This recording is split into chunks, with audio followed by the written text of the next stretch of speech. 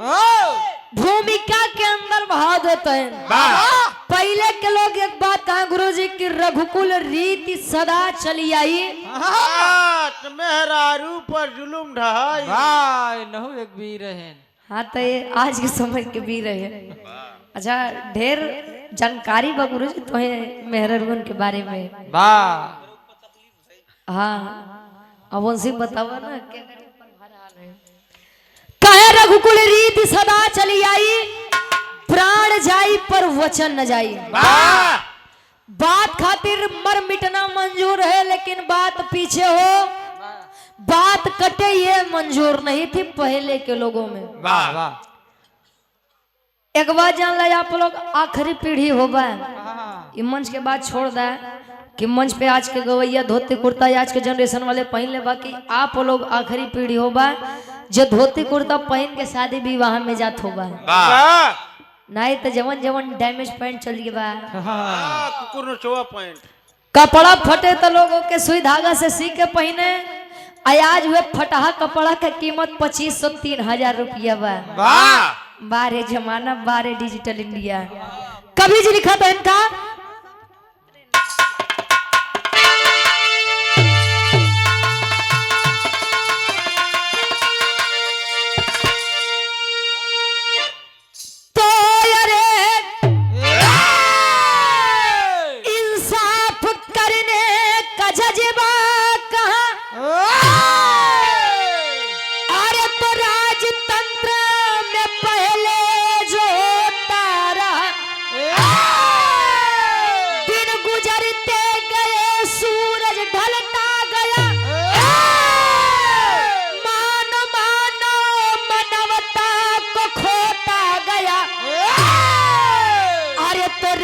तंत्र की कहती मैं गाथा सुनो, बादशाहों का जब भी जमाना रहा,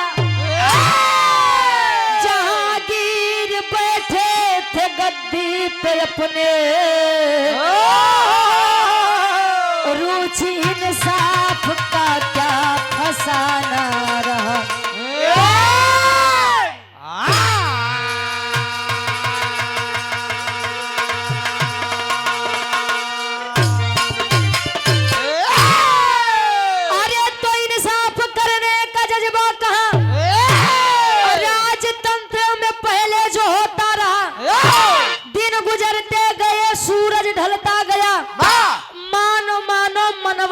खोता गया जैसे जैसे दिन बदल रहा है तैसे तैसे मानव के अंदर बात व्यवहार सब कुछ बदलता जा रहा है।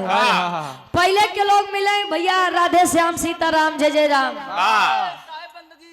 आज के लोग मिले कहिए नमस्ते, कुछ नहीं समझते। अब तो जमाना है कि गुड मॉर्निंग गुड नाइट। अब इतना लोग समय बताते हैं कि बाहर से मैसेज आए गुड मॉर्निंग तो यहाँ से केवल मैसेज जाए GM, बस बाहर से गुड नाइट तो यहाँ से GN। पता नहीं इतना समय बचाए के क्या करी है। अरे वाह ए भैया पहले के लोग पांव छुए थे एकदम जले पंजा तक पैर नहीं जाए हाथ नहीं जाए तले पैलगी नहीं हो। आज के पैलगी कैसे हो गुरु जी जाना था झुके नहीं तले घुटना से नीचे तक कहाँ जमाना कहाँ तक जाइए आप लोग जाना है। ए भैया पहले के हमारे काकी दाई लोग लंबा घूंघट करें या से कि उनके अंदर संस्कार के स्तर ज्यादा रहे। आज के समय में जींस टॉप फुल सिस्टम लग गया बाहर हमारे चाचा देख गए ना का घूंघट करे रहे। वाह अगर कहूँ चाचा यहाँ पर लड़की होता कसम से न जाने कितन के ऊपर जुलुम ढाया। हाँ जब यारे उम्र में ही हमारे काका दादा हरे का दीवाना बनवत है तले अगर मेहरारू होता तो का हाल हो। न जाने कितना बुढ़त खराब हो जाते देख के तो है। कवि जी बड़ी बढ़िया गजल के संकेत करते हैं कोनो आशिक अपने मासूका बधे कहे क्या कहे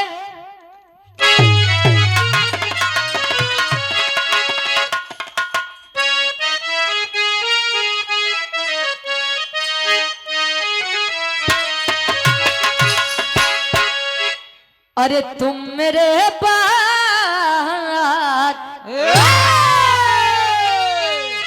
भोजपुरी गजल बा, हिंदी में प्यार, वाह उर्दू में मोहब्बत, वाह अंग्रेजी में लव, संस्कृत में स्नेह, वाह गणित में जानत है वाह जोड़, अरे बारे प्रेम। अच्छा गणित में मिलान कर देता है बाजिया गुरुजी। अब वो लड़किया कहे अरे तुम मेरे बाद मोहब्बत को तरस जाओगे, तुम मेरे बाद मोहब्बत को तरस जाओगे, तुम मेरे बाद मोहब्बत को तुम मेरे बाद मोहब्बत को तुम मेरे बाद मोहब्बत को तरस जाओगे, तुम मेरे बाद मोहब्बत को तरस जाओगे, तुम मेरे बाद मोहब्बत को तरस जाओगे, तुम मेरे बाद मोहब्बत को तरस जाओगे।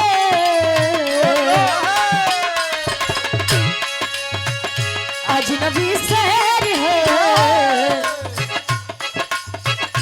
अजनबी शहर है, चाहत को तरस जाओगे, अजनबी शहर है, चाहत को तरस जाओगे, अजनबी शहर है, चाहत को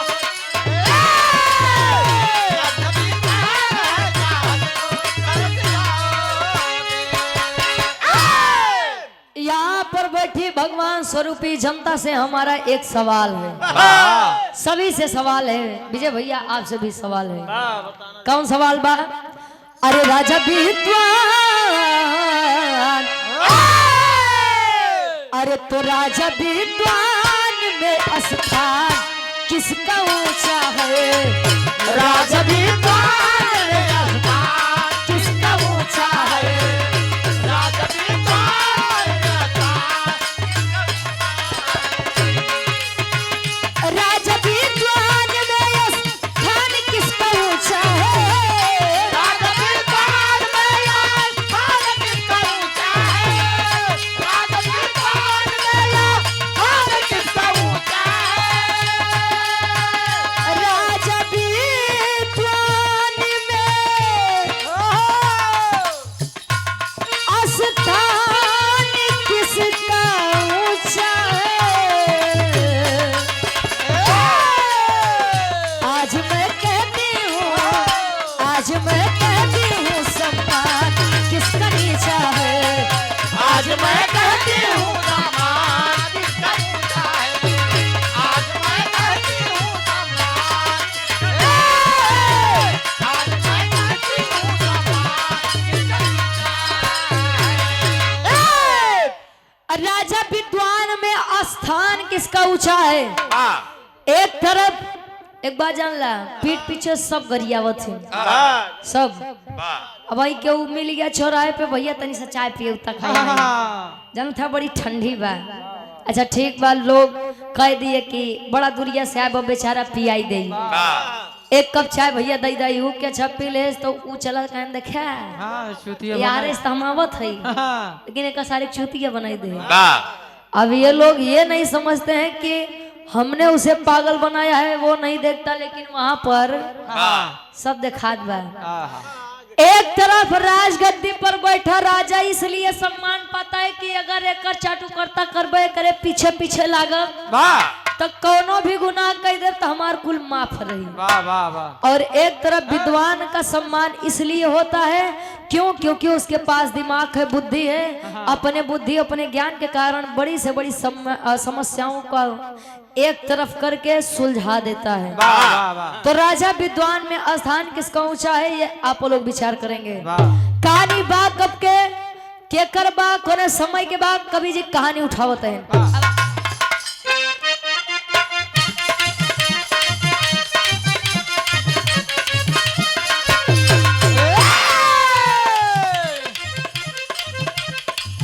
आगरा स्थित जहांगीर बादशाह रहे।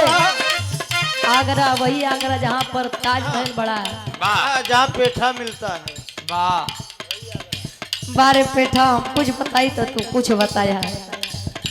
ताजमहल लोग कहते हैं ताजमहल प्यार की निशानी है, लेकिन मेरे हिसाब से अगर प्यार की निशानी कुछ है तो वो है दशरथ माझी जी के द्वारा बनाया गया वो रास्ता, जिन्होंने अपने पति को खो दिया और 22 साल लगातार उस पत्थर की कटाई की। पत्नी को खोया यार, हो गया चमड़ा के जवान बाजी ज्यादा बोला तो उससे गलती हो जाती है। वही लाते उठाते। अच्छा अच्छा पति ने अपनी पत्नी को खोया, ठीक है। 22 साल लगातार पत्थर को काटा और वहां पर एक रास्ता बनाया है और वो है प्रेम की निशानी। आइए कैसा प्रेम की निशानी बाकी ताजमहल बनौते मान जेते ना मजदूर हाँ कुल बेचारी के हाथे काट दे, पछतात हुई और बेचारे के हम कहाँ फंस गए रहे। हाँ नाको बनाए इस जहांगीर बादशाह रहे, बेगम नूर जहां का उनके दिल में चाह रहे।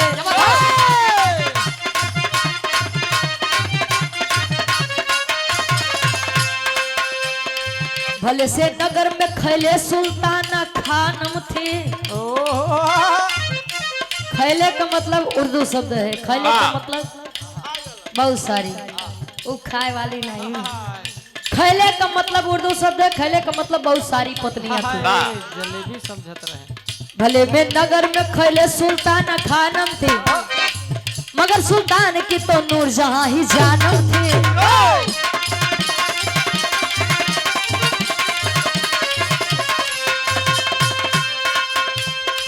बादशाह बेगम के विपुल अफसाने थे।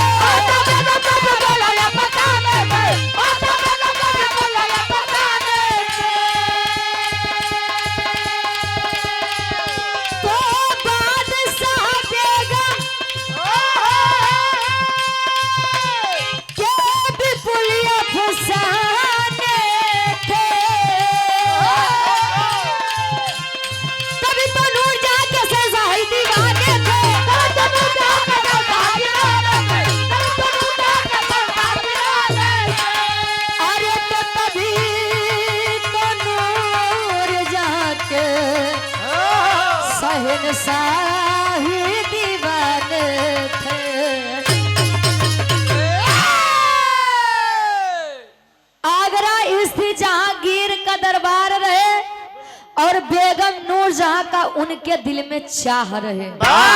होता है कि जो चीज ज्यादा खूबसूरत होती है, जो नारी ज्यादा खूबसूरत होती है, तो पुरुषों का लगाव उस तरफ ज्यादा हो जाता है। कोई भी खूबसूरत चीज आ जाए अट्रैक्शन उसकी तरफ ज्यादा बढ़ता है। हालांकि जहांगीर की कई पत्नियां थी, बताया जाता है लगभग 20 पत्नियां थी और 20वीं पत्नियां थी नूर जहां बेगम जी। नूर जहां बेगम बड़ी खूबसूरत थी, बहुत खूबसूरत गुरुजी, इतनी खूबसूरत कि अब हम क्या बताएं। कभी भी नूर जहां को किसी ने बेनकाब नहीं देखा था। मतलब बेनकाब का मतलब मुसलमानों में या रिवाज होता है कि लड़कियां कहीं भी बाहर जाती हैं तो अपने आप को कवर करती हैं।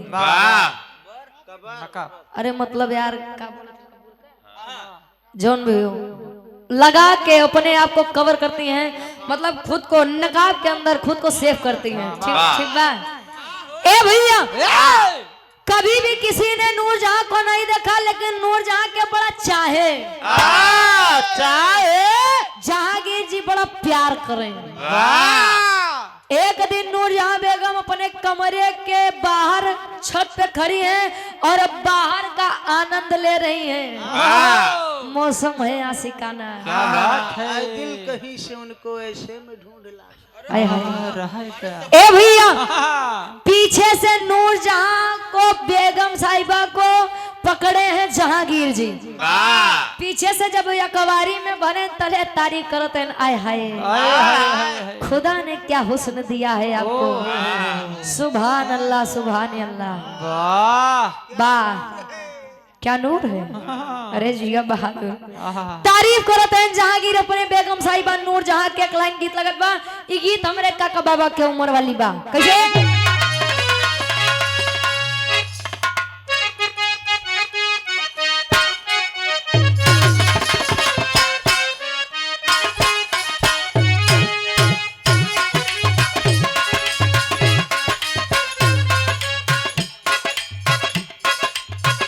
लइका कहे कजरा मोहब्बत वाला बा कजरा मोहब्बत वाला अखियों में ऐसे डाला कजरा मोहब्बत वाला अखियों में ऐसे डाला कजरा मोहब्बत वाला अखियों में ऐसे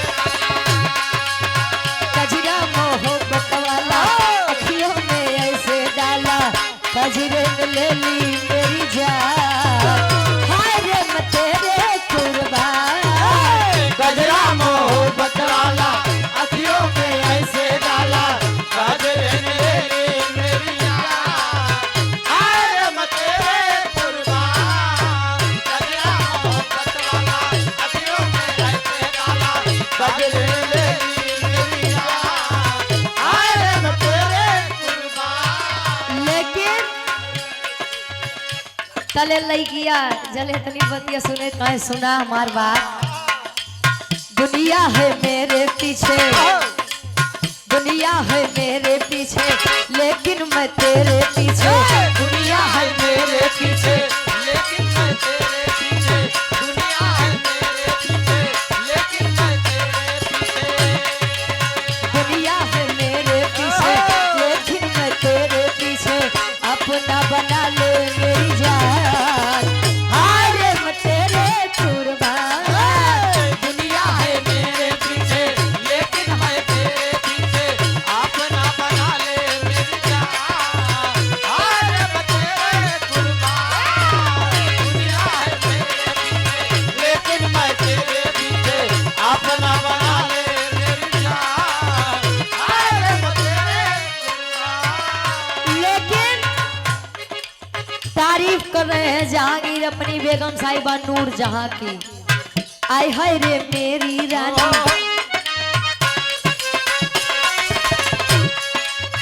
आय हाय रे मेरी रानी गजबे बात तोहरी जवानी आय हाय रे मेरी रानी गजबे बात तोहरी जवानी आय हाय रे मेरी रानी गजबे बात तोहरी जवानी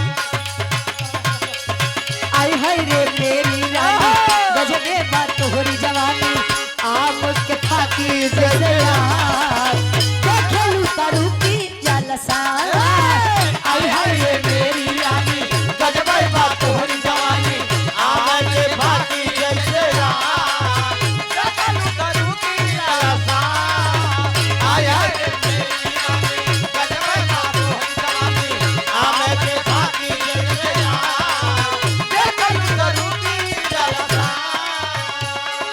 क्या आंखें हैं आपकी हाय हाय क्या गाल हैं आपके हाँ, क्या होठ हैं आपके हाँ, जैसे पूरा मधुशाला है जानम। ओहो राजा साहब कहे ये तने नहीं हाँ, और सुना हमार बात तारीफ पे तारीफ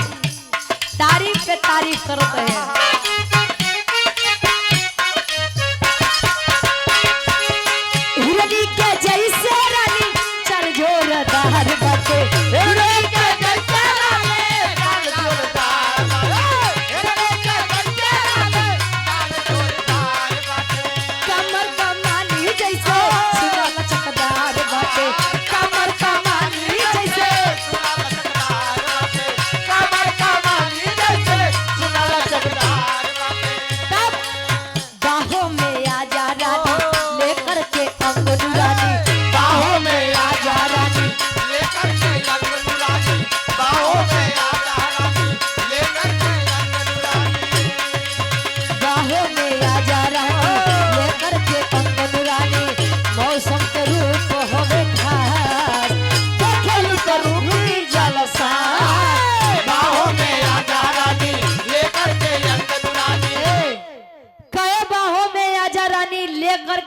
को नूरानी अब मौसम के रूप हवे खास देखेलू तो रुकी जाला सांस।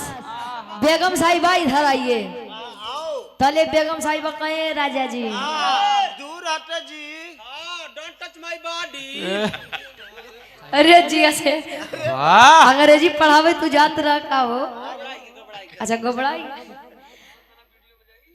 तले नूर जहाँ कहे यही तब जले हमारे एक शर्त मन बा जहांगीर कहे आए अब हमारे लगे आवे बदे शर्त माने के पड़ी। तू जवन कहबू हम तवन करब लेकिन तू आव। कहीं क्या चाहिए बोलिए। हीरे जवाहरात सोना चांदी का चाहिए बतावा कुल तोरे नाम में लिख दे। तो बिना दूसर मेरा लिया जे बोले कहां भैन ये कौन राजा है नो। तले नूर जहाँ कहे कि तक हम के नहीं सोना चाहिए नहीं चांदी चाहिए नहीं हीरा चाहिए नहीं मोती चाहिए। हमका केवल एक चीज चाहिए। कौन चीज? आप मुझे धनुष और बाण चलाना सिखा दीजिए। आए हाय इस अदा पर उस खूबसूरती पर ये अदा काफी जान लेगी। ठीक है सिखा देंगे। अच्छा एक दिन बीता गुरुजी 3 दिन बीता 4 दिन बीता 5 दिन बीता 6 दिन बीता 7 दिन बीता 8 दिन बीता बीता गई।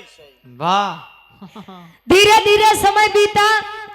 एक दिन बीता का मतलब गुजर गया चला गया। का कर बाबू भाषा से मजबूर रही है। समय अब एक दिन में आई के बाद वही हाल वही देसी चिड़ैया मराठी बोल जाने हमारा उधी भाषा बा हमारे खातिर वही सबसे बढ़िया बा। हाँ ये बंतु वाला काम हमसे ही नहीं होता। ए भैया धीरे धीरे दिन गुजरता गया। एक दिन जहांगीर अपने राज दरबार में बैठे हैं और यार बेगम साहिबा अपने कमरा हुए छत के किनारे खड़ी है। देखा तई तले विचार करत है हमार सैया हमार राजा कहे धीरे धीरे समय बीत के बाद तले हमार राजा हमका बड़ा बढ़िया सिखावा चला गए धनुष बाण चलावे। कहे नहीं आज खुद की परीक्षा ली जाए। धनुष पर बाण चढ़ाई और देखा था कि एक कौआ पेड़ की डाली पर बैठा है। भी करिया वाला कौआ काला कौआ बैठा है भैया। ताले बेगम बाण छोड़ा तय। अब बाण जब छूटा कौआ अपने तरफ खतरा आता देख उड़ा है उस डाली से। बहुत चलाक रहा काला कौआ। अब जाहिर से बात है अगर धनुष से बाण छूटा है मंजीत भैया अगर धनुष से बाण छूटा है तो वो बाण कहीं न कहीं जा करके लगेगा। कौए के ऊपर निशाना साधे रही बेगम साहिबा। अजले कौआ उड़ गया तो जाई कहा कवि जी लिखत है टेरी के भाव में।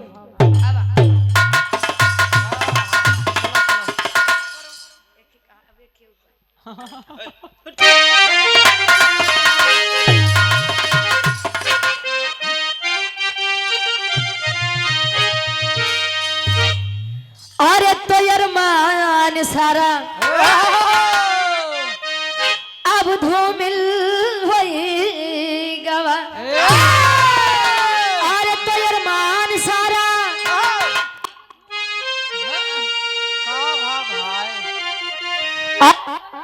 सारा अब धूमिल होई गवा। बेगम बाढ़ चलाई मरा एक इंसान।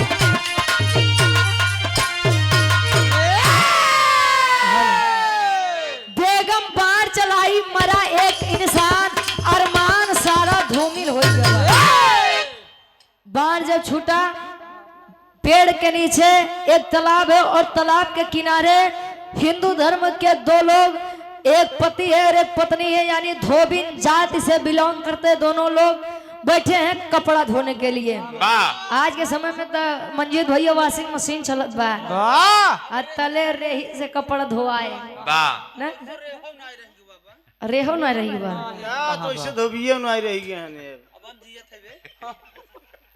आ कितना जने तो सोचत है जले गधा गधई दहेज में नहीं मिली तले बियाहे नहीं होई। हाँ ये बारे देखा परा है। अगर गधा गधई के जोड़ा मिले गोविंद भैया तो इनके करवाई दिया है। ध्यान दे हाँ। बड़ा दिन से बेचारू कुंवारा टहरत है। ए भैया हाँ हाँ बहुत जरूरी बा। बाढ़ आ करके उस धोबी के सीने पर लगता है। है। एक बात मैं बता दूं, चाहे लड़का हो चाहे लड़की हो, लेकिन अपने आंखों के सामने उस पसंदीदार शख्स को खोना कितना मौत के बराबर होता है। आय हाय। एक पत्नी से उसकी हंसती खेलती दुनिया एक क्षण में उजड़ जाए तो उस पत्नी के ऊपर क्या बीतेगी ये आप लोग अपने ऊपर लेकर देखिएगा। वाह आय हाय। दोनों लोग हंसी खुशी अपने काम में व्यस्त थे, लेकिन बेगम साहिबा की एक नादानी आज एक इंसान की जान ले बैठी।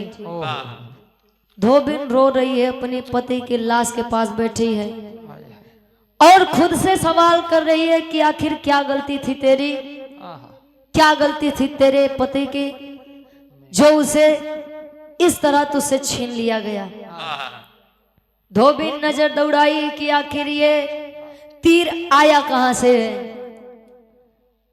इशारा हुआ राज दरबार की तरफ से, जहां लोग सगे रिश्तों को नहीं पहचानते ठुकरा देते हैं, जहां लोग हिंदू धर्म हो करके भी हम सनातनी हैं, हम उच्च जात के हैं, हिंदू प्रधानमंत्री होने के बावजूद भी हमारा हिंदू समाज खतरे में है, तो क्यों ना मुसलमान को प्रधानमंत्री बना दिया जाए। वाह तले मुसलमान समाज खतरे में हो, हिंदू तो कम से कम सुरक्षित रही।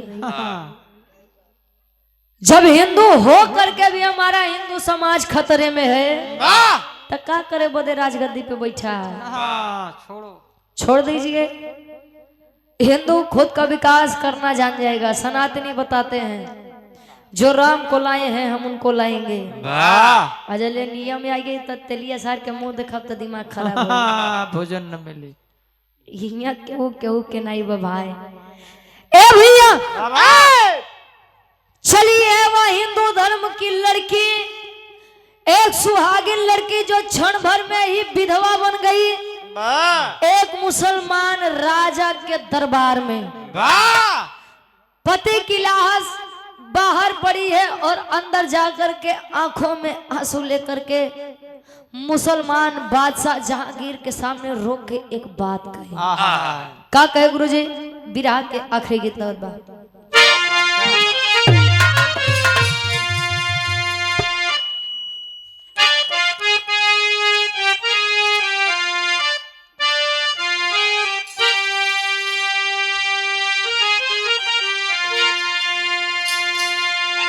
अरे क्या तुम्हें पता है अरे गुलशन, अरे क्या तुम्हें पता है अरे गुलशन मेरे दिल बरियाने वाले हैं। क्या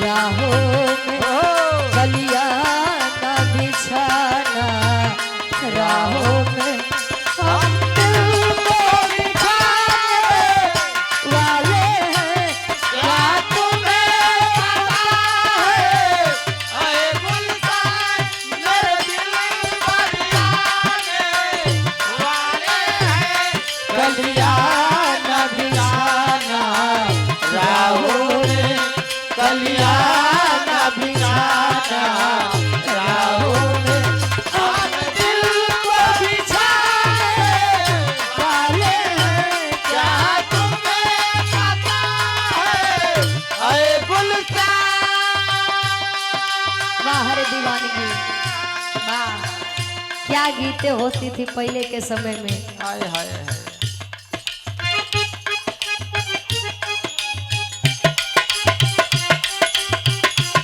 कहे ये पहली बार का मिलना भी कितना पागल कर देता है। कुछ कुछ होता है सांसों में पर ना जाने क्यों होता है।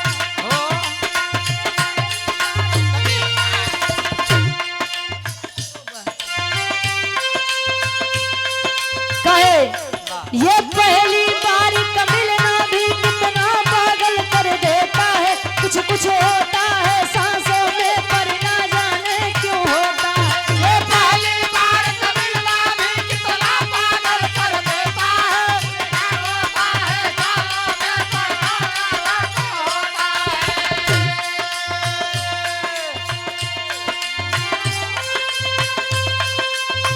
कहे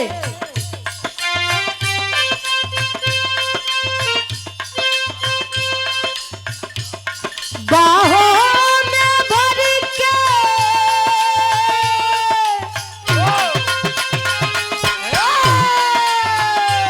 बाहों में भर के हम दिल भर इस दिल को बिछाने वाले हैं।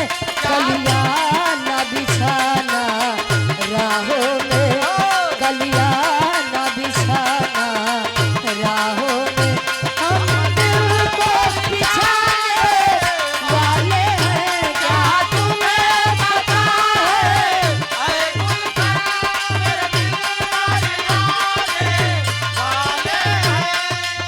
लेकिन हिंदू धर्म की लड़की खड़ी है और उस मुसलमान बादशाह जहांगीर के सामने और हाथ जोड़ करके बैठी है और एक सवाल करे पूरी सभा के बीच में।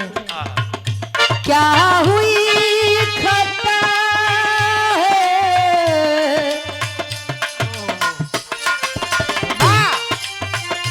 क्या हुई खता है? ऐ राजन अब मेरा कौन सहारा है?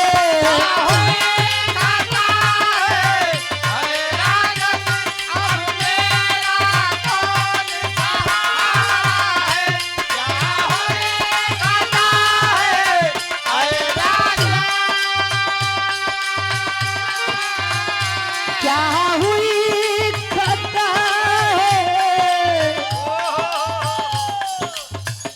ऐसा अब मेरा कौन सारा है? मैं दीन दुखी हूँ खुद राजन, मैं दीन दुखी हूँ खुद राजन। मेरे पिया के बेगम ने मारा है। क्या है खता है?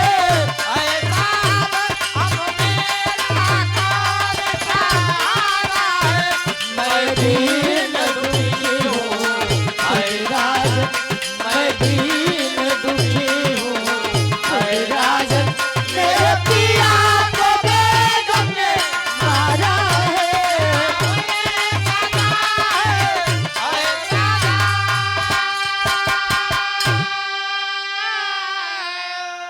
खड़ी है पूरी सभा एकदम शांत है।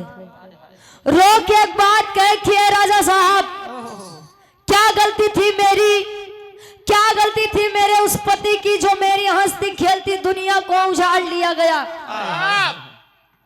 क्या गलती थी?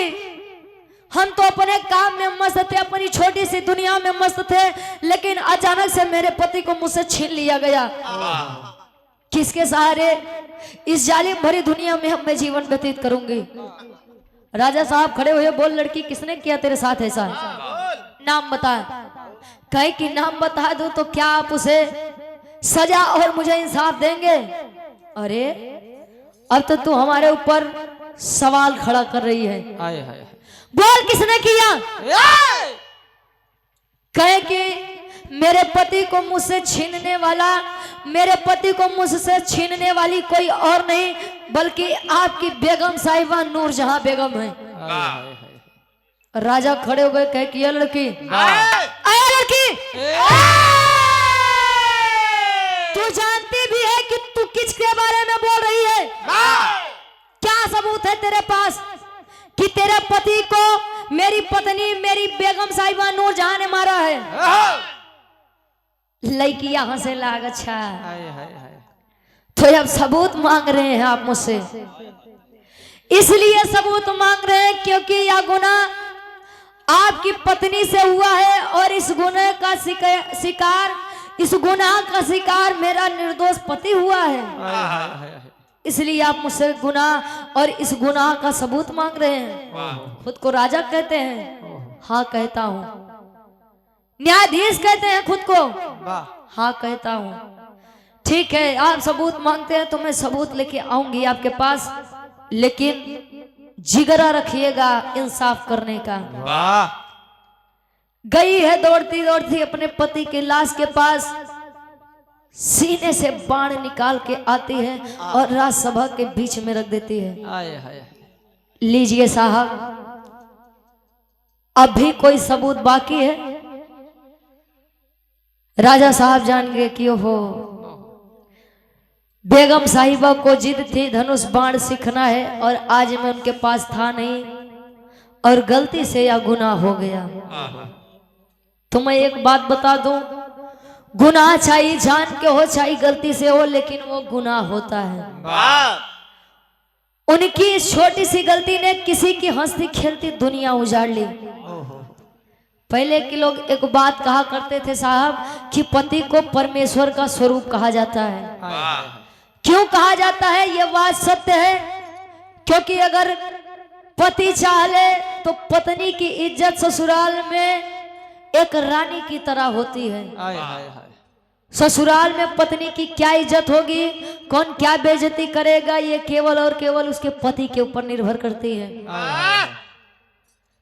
YouTube के माध्यम से हमारे बड़े भाई लोग भी बैठे हैं, एक बात मेरी सुन लीजिए कि एक पिता अपनी बेटी को बहुत प्यार से पालता है। जिस समय वह अपनी बेटी की विदाई करता है उस समय उसके ऊपर क्या बीतती है, ये बात आपको तब पता चलेगी जब आप खुद एक बेटी के बाप होंगे। घर पर जाने के बाद पता चले कि बेटी मेरी बड़ी सुखी है, तले जीवन सुखमय हो जाता है। और उस तरफ से फोन आता है कि पापा दहेज तो आपने दे दिया मुंह मांगा, लेकिन शायद आप मेरी खुशी नहीं खरीद पाए। तो पिता के लिए सबसे कष्टदायी यही समय होता है कि जब उसकी बेटी कहती है कि मैं यहाँ पर खुश नहीं हूँ।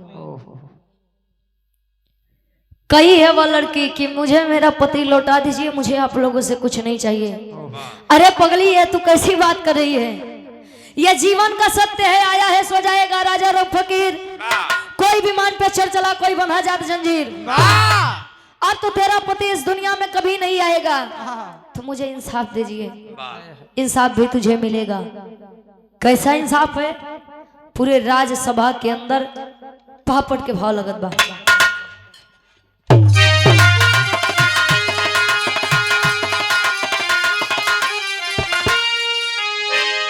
अरे तो बोले बादशाह करूंगा इंसाफ माफ हर गलती का। अरे तो बोले बादशाह करूंगा इंसाफ माफ हर गलती का। तो धनुष बाण को उठा लिए है हाथ माफ हर गलती का। धनुष बाण को उठा लिए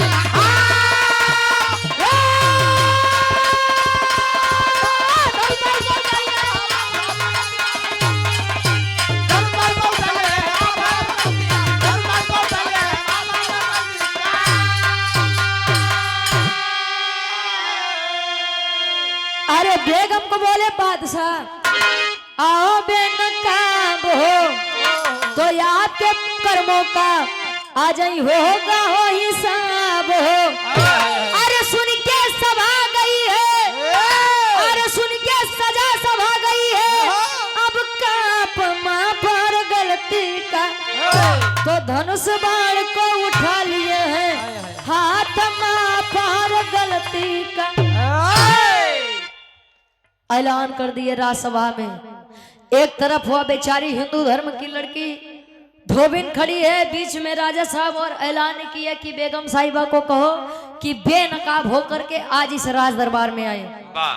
सोचिए, जिस रानी को कभी किसी ने बेनकाब नहीं देखा था, आज वही रानी मुजरिम की तरह बीच सभा में खड़ी है। पहले लोगों में बात फैलत बारे, इतनी खूबसूरत नारी को भला कोई कैसे सजा देगा? छोट मोटे जात के लड़की बा, थोड़ बहुत रुपया पैसा दे दिए और का सजा हुई।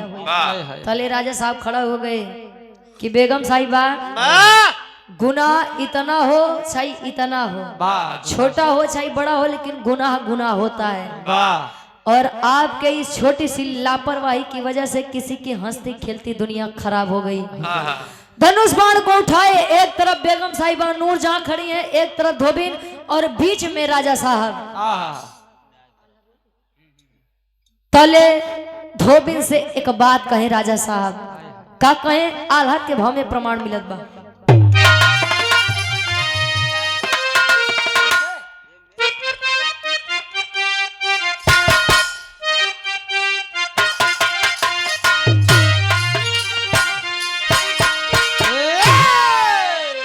बादशाह धोबिन को था माए धन बनवा बाबू,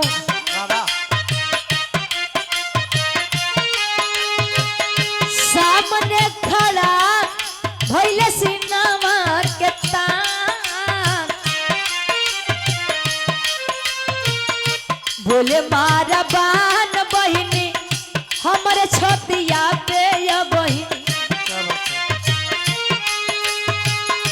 वही शब्द सुन के धोबिन छोड़ दिहली बात, बोलली बहिनिया भैया गजबे विपत्तिया बात, नागर के राजा हवा तू मान, कहवा मिली न्यायाधीश ऐसा न हम के वीरना, रखिया बधाई राखी सभा के लाल।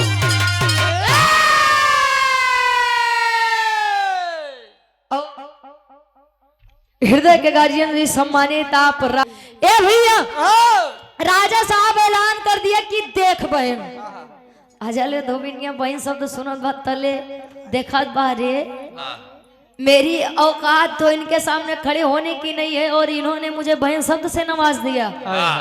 तले धोबिनिया कहे हाँ भैया बोलिए, अब तो आप जो भी सजा देंगे मैं मंजूर कर ले जाऊंगी।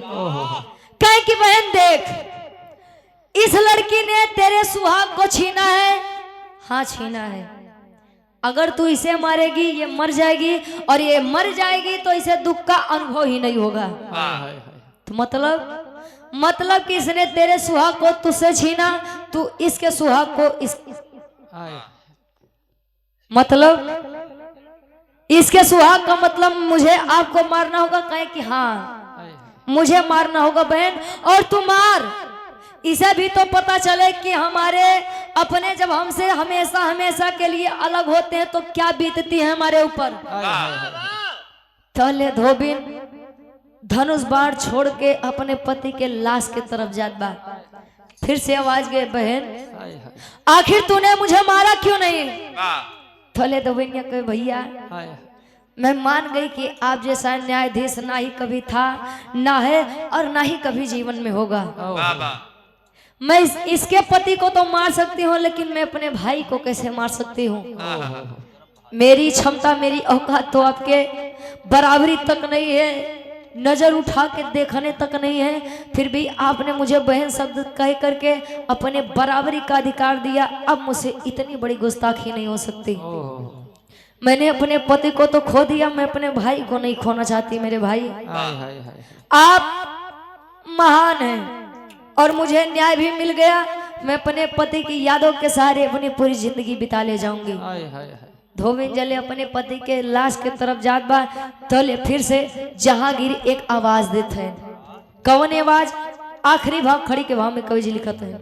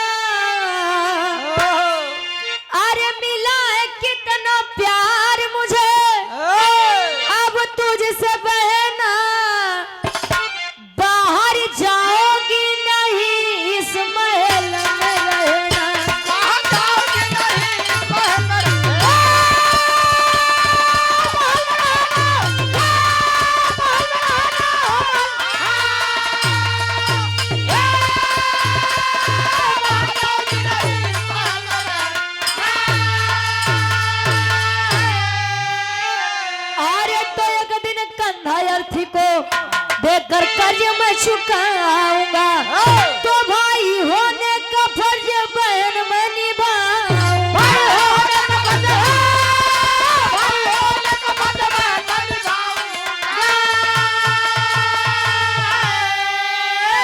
अरे दुख दर्द को मेरे रहते अब मत सहना, बाहर जाओगी नहीं इस महल में रहना। कहे जब तुमने मुझे भाई समझ कर छोड़ दिया बहन, तो मैं अपने कर्तव्य से कैसे पीछे हट सकता हूँ। हिंदू धर्म में रिवाज होता है साहब कि अगर कोई इंसान मृत्यु को प्राप्त हुआ है तो उसे आखिरी बार अग्नि दे करके इस दुनिया से विदाई दिया जाता है। और मुसलमानों में यह रिवाज है कि कोई भी संसार को छोड़कर जाता है तो उसे दफन किया जाता है। एक हिंदू के लिए मुसलमान भाई चला है अर्थी को कंधा देने के लिए। ये बात, ये बिरहा मेरी एक बात सिद्ध करती है, जब हम प्रधान चुनते हैं, जब हम क्षेत्र पंचायत चुनते हैं, जिला पंचायत चुनते हैं, विधायक चुनते हैं, सांसद चुनते हैं, प्रधानमंत्री चुनते हैं, मुख्यमंत्री, राष्ट्रपति चुनते हैं, तब हम ये नहीं सोचते हैं कि पद पर बैठने वाला कौन होगा, किस जाति का होगा। लेकिन पद पर बैठने के बाद लोग अपना देखते हैं कि हमार बिरादर है, कितनों गुना करिए ठीक बजायदा है। तो ये मत सोचिए आप लोग, क्योंकि जनता बड़े उम्मीद से आपको उस पद पर बैठाती है। एक यहाँ पर एक रात में लॉकडाउन लग सकता है, एक रात में उन बलात्कारियों को सजा नहीं दी जा सकती है तो 3 साल की बच्चियों के साथ रेप करके बैठे होते हैं। जब किसी ने तक को नहीं देखा है और दुनिया में कुछ समझने जानने से पहले ही इस संसार को छोड़ दे, सोचिए उसके ऊपर क्या बीतेगी। बलात्कारी भी आजाद घूमते हैं कि अरे पैसा बा तो सब बा, पैसा दे मुंह तो पाई तले कुल गुना बंद हो जाए। माई बाप के ऊपर का बीतत है, जो ने लड़का जो ने लड़की के साथ रेप होता है, वो माई बाप केवल रात में कैंडल मार्च लेके निकल जाएंगे, 2 दिन धरना पे बैठ जाइए कि इंसाफ दो, तीसरे दिन पुलिस के डंडा पड़ी तो सब अपने अपने घरे अजले एक अनाई हो जाए तले कुछ मिले वाला नहीं बा। और ये सम्मानित हमारे गार्जियन जी कार्यक्रम के आयोजक साहब आप सुनील यादव जी, पहलवान जी, हमारे गार्जियन जी के द्वारा सुंदर माला 200 रुपए आशीर्वाद के छा रही। हम चाहेंगे कि आप आ जाइए और कमेटी के सदस्य भी आ जाएं, हम स्वागत और सम्मान कर दें, क्योंकि हमारे हिसाब से अचली चला के बेला बा सम्मान हो जाए आखिरी भावा। अब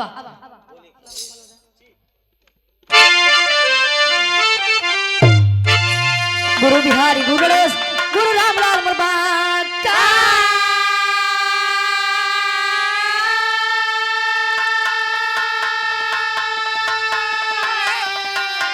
कफन करें हम लड्डू कभी बच्चे कभी जे पता कहाँ हो।